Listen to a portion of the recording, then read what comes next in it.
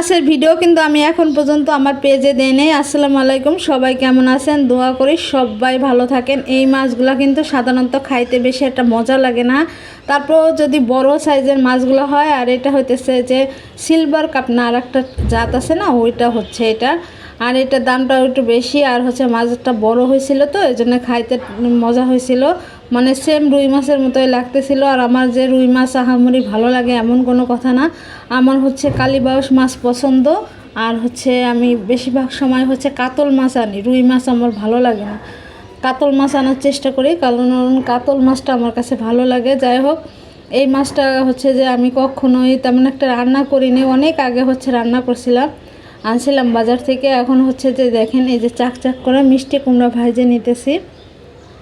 এই মিষ্টি কুমড়া দিয়ে আমি হচ্ছে যে এই মাছটা ভুনা করব। দেখেন চাকচাক করে মাছ ভেজে, মিষ্টি কুমড়া ভেজে, মাছ ভেজে, তারপর হচ্ছে এই দেখেন সুন্দর করে মশলা কষিয়ে তারপর পানি দিয়ে, পানিতে বলক আসলে পরে আমি এই যে মাছগুলো আর মিষ্টি কুমড়াগুলো দিয়ে দিছি, উপর দিয়ে কাঁচামরিচ দিয়ে দিছি কিছু ধনের পাতা।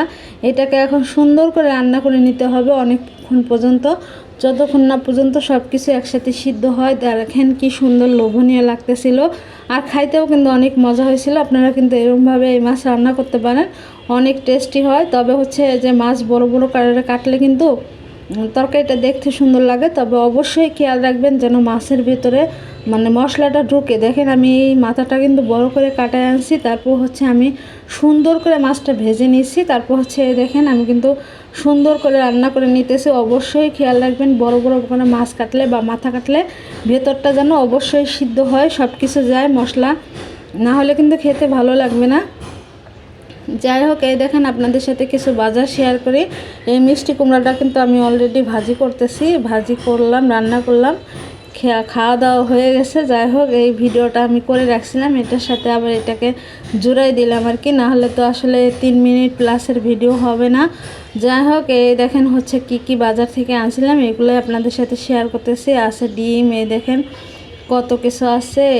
এটা হতেছে ছোলা বাদাম, এটা কিন্তু শুধু এখন চুলায় অল্প আঁচে ভেজে নিলেই হবে, কড়া কড়া মানে যখন যে খাবেন তখন ওই কটা ভাজলেই হবে। এখানে আছে ভীম সাবান, তারপর হচ্ছে চা পাতা, আর চা পাতা তো লাগবে, চা ছাড়া তো অজ্ঞান। তারপর হচ্ছে শরীর বেশি একটা ভালো না, এখন চা খাইতে মন চায় না কেন জানি।